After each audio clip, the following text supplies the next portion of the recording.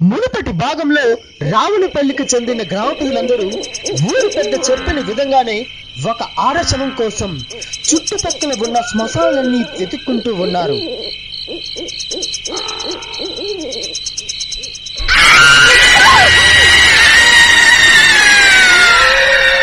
అందులో ఇద్దరికి ఒక శ్మశానంలో ఆడశవం కనిపించింది.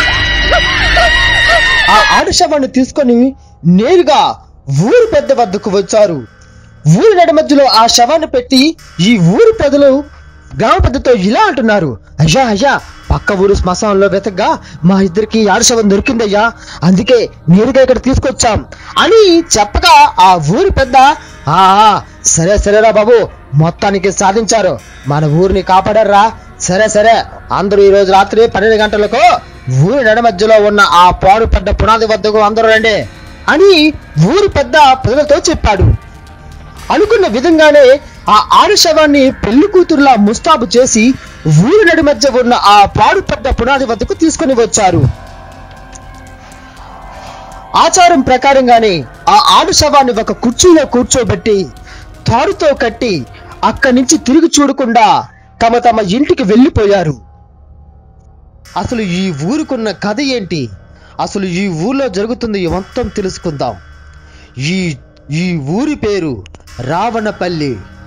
ఈ రావణపల్లిలో కొన్ని సంవత్సరాల నుంచి ఒక వినూతనమైన ఆచారం కొనసాగుతూనే వస్తూ ఉంది. అది ఏమిటంటే, ఈ రావణపల్లిలో ఎవరైతే వివాహం జరుపుకుంటారో ఆ పెళ్లి కూతురు చేతికి ఉన్న పారాని ఆరకముందే నేరుగా ఊరి నడి మధ్యలో ఉన్న ఆ యొక్క పునాది గోడలకు ఆ పారాని మచ్చలు అంటుకునేలా తన చేతి ముద్రలను అక్కడ ఉంచాలి. అలా చేసిన వాళ్ళు క్షేమంగానే ఉంటారు. ఎవరైతే ఆ యొక్క చేతి ముద్రలను అక్కడ పెట్టకుండా ఉంటారో వాళ్ళు విచిత్రంగా చనిపోతూ ఉండేవారు. చాలా మంది రక్తం కక్కుకుంటూ, కొందరు ఊరి చివరన నేలపై ముక్కలు ముక్కలుగా నరకబడి చాలా భయంకరంగా చనిపోతూ ఉండేవారు. ఇదిలా ఎన్నో సంవత్సరాల నుంచి కొనసాగుతూ వస్తూ ఉన్న ఒక ఆచారం. ఆ ఊరి మధ్యలో ఉన్న ఆ పునాది అంటే ఊరి ప్రజలందరికీ చాలా భయం. అటుగా ఎవరూ వచ్చేవారు కాదు. అంతేకాదు, ప్రతి అమావాస్య రోజున కూడా ఒక భయంకరమైన సంఘటన ఆ ఊర్లో జరుగుతూ ఉంటుంది. అది ఏమిటంటే, ప్రతి అమావాస్య రోజున రాత్రి 12 గంటల సమయానికి ఊరిలో పెద్దలు కలిసి ఒక ఆడ శవాన్ని తీసుకొని వచ్చి ఆ శవాన్ని ఒక పెళ్లి కూతురులా ముస్తాబు చేసి ఆ పునాది ముందున ఒక కుర్చీకి కట్టి అక్కడి నుంచి తిరిగి చూడకుండా వెళ్ళిపోవాలి.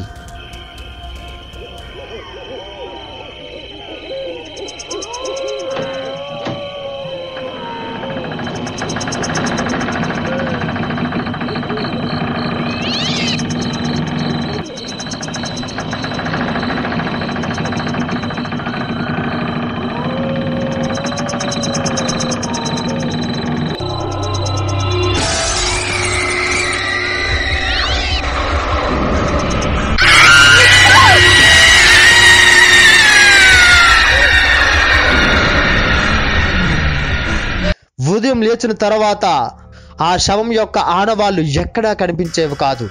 అంతేకాదు, ఎక్కడా రక్తపు మరకలు కానీ అడుగులు కానీ ఎక్కడా కనిపిస్తూ ఉండేవి కాదు. ఇలా ప్రతి నెల అమావాస్య రోజున ఒక ఆడ శవం కోసం వాళ్ళు చాలా కష్టపడుతూ వెతుకుతూ ఉండేవారు. ఇలా ఎన్నో సంవత్సరాలుగా ఈ ఆనవాయితీ కూడా కొనసాగుతూనే వస్తూ ఉంది. ఈ రావణపల్లిలో ప్రజలందరూ భయపడుతూనే బ్రతుకుతూ ఉంటూ ఉండేవారు. ఈదెలా ఉండగా ఆ పునాదికి ఆనుకొని చాలా దగ్గరగా ఒక ఇల్లు ఉంది. ఆ ఇంటిలో శ్రీనివాసరావు పార్వతమ్మ అనే ఇద్దరు దంపతులు నివసిస్తూ ఉండేవారు. వారిద్దరికి ఒక కూతురు. ఆ కూతురు అంటే వాళ్ళిద్దరికి పంచ ప్రాణాలు. ఎంతో అల్లారముద్దుగా గారాభంగా పెంచుకుంటూ ఉండేవారు. ఒకరోజు అమావాస్య రోజు నాడు ఆ అమ్మాయి వాళ్ళ ఇంటి బాల్కనీ వద్ద నుంచొని ఆ పునాది వైపు చూస్తూ ఉంది. ఇంతలో వాళ్ళ అమ్మ పార్వతమ్మ తన దగ్గరకు వచ్చి ఇలా అంటుంది, ఒసే పల్లవి, నీకు ఎన్నిసార్లు చెప్పాలి అమావాస్య పూట బయట ఉండకూడదని? పద పద లోపలికి పద. ఏంటమ్మా ఎప్పుడు చూడనివ్వవు? అసలు చూస్తేనే కదా అక్కడ ఏముందో తెలుస్తుంది. అయినా సరే నేను దూరంగానే ఉన్నాను కదా, ఏదో అయిపోతుందని ఎందుకలా భయపడిపోతున్నావు? చూడు పల్లవి, ఇది పిల్లల ఆట కాదు. తేడా వస్తే ప్రాణాలే పోతాయి. ఇంతమంది జనాలు నమ్ముతున్నారు. వాళ్ళకు తెలివి లేక కాదు, ధైర్యం లేక కాదు, వాళ్ళ ప్రాణాల మీద ఆశతోనే ఈ ఊరు నియమానికి కట్టుబడి ఉన్నారు. నువ్వు ఎటువంటి పిచ్చి ఆలోచనలు పెట్టుకోకుండా జాగ్రత్తగా ఉండు అని చెప్పి పార్వతమ్మ ఆ గది యొక్క తలుపులు కిటికీలు అన్నీ మూసి అక్కడి నుంచి వెళ్ళిపోయింది. పల్లవి ఇలా అనుకుంటుంది, ఈ రోజు కూడా మా అమ్మ వల్ల చూడలేదు, వచ్చే అమావాస్యకి చూస్తాను అని అనుకొని పల్లవి ఆ రోజు రాత్రి పడుకుంది. కానీ పల్లవి కలలోకి ఆ పునాది పైన తాను శవంగా పడి ఉండడం గట్టిగా చూసింది. అది చూసిన పల్లవి నిద్రలోంచి గట్టిగా అరిచి నిద్రలేచి కూర్చుంది. ఆ శబ్దానికి పక్క గదిలో ఉన్న వాళ్ళ అమ్మ పార్వతమ్మ పరుగు పరుగుమన పల్లవి గదిలోకి వచ్చింది. వచ్చి పల్లవితో ఇలా అంటుంది, అమ్మా పల్లవి, ఏం జరిగిందమ్మా? ఎందుకమ్మా అలా అరిచావు? ఏమైందమ్మా? అమ్మా అమ్మా, ఆ పునాది మీద నేను చనిపోయినట్టు, నా శవం అక్కడున్నట్టు కల వచ్చిందమ్మా. అమ్మో అమ్మో, ఎంత ఘోరం జరిగింది. నేను చెప్తూనే ఉన్నాను, విన్నావా నా మాట? ఆ పునాది వైపు చూడొద్దన్నాను. రేపు నేను తీసుకువెళ్ళి పోము కట్టిస్తాను. అమ్మా, ఇప్పుడు వచ్చింది ఒక కలే కదా, ఏమీ జరగలేదు కదా, ఎందుకో భయపడిపోతున్నావు? వెళ్ళి పడుకో, నేను పడుకుంటాను. ఆ రోజు రాత్రి వాళ్ళందరూ భయంగానే గడిపారు. ఉదయం లేచిన తర్వాత పార్వతమ్మ పల్లవి గదిలోకి వెళ్ళి ఇలా అంటుంది, ఒసే పల్లవి, త్వరగా లేచి రెడీ అవ్వు, పోముకి తీసుకువెళ్ళాలి. పోము వద్దు, గీము వద్దు. నాకు రాత్రి ఏదో పీడకల వచ్చింది అంతే, దానికి ఎందుకు ఇంత రాదంతం చేస్తావు? నీ పని నువ్వు చూసుకో, నాకు చాలా పని ఉంది అని చెప్పి పల్లవి అక్కడి నుంచి వెళ్ళిపోయింది.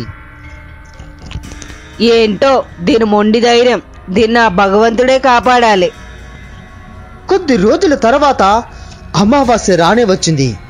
ఆ ఊరిలో ప్రజలందరూ ఒక ఆడశవం కోసం తలా ఒక దిక్కున వెతుక్కుంటూ వెళ్లారు.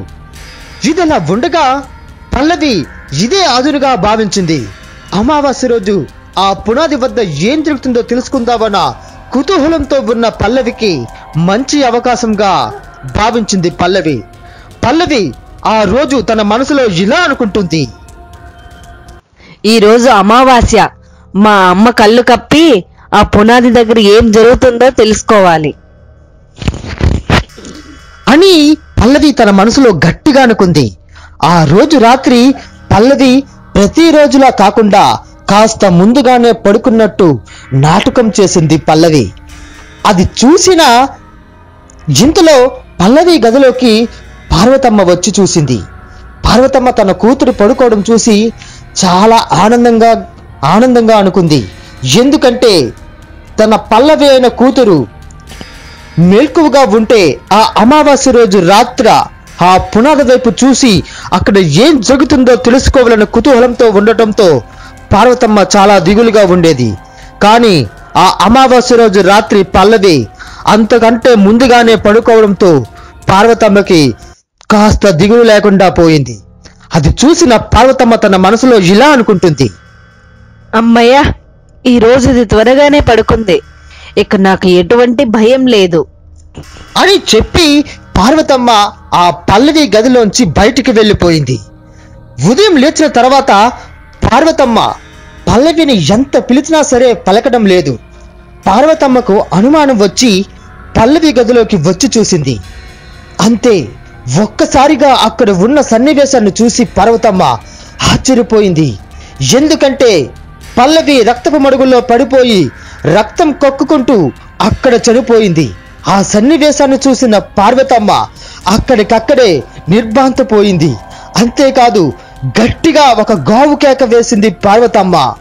అది వెంటనే విన్న ఈ పార్వతమ్మ భార్య అయిన ఈ శ్రీనివాసరావు పరుగుమని పల్లవి గదిలోనికి వచ్చాడు. శ్రీనివాసరావు తన భార్యతో ఇలా అంటున్నాడు, ఏమైందే పార్వతమ్మ, ఎందుకు అంత గట్టిగా అరిచావు? ఏం జరిగింది? అని చెప్పగా పార్వతమ్మ బోర్నమని ఏడుస్తూ ఉంది.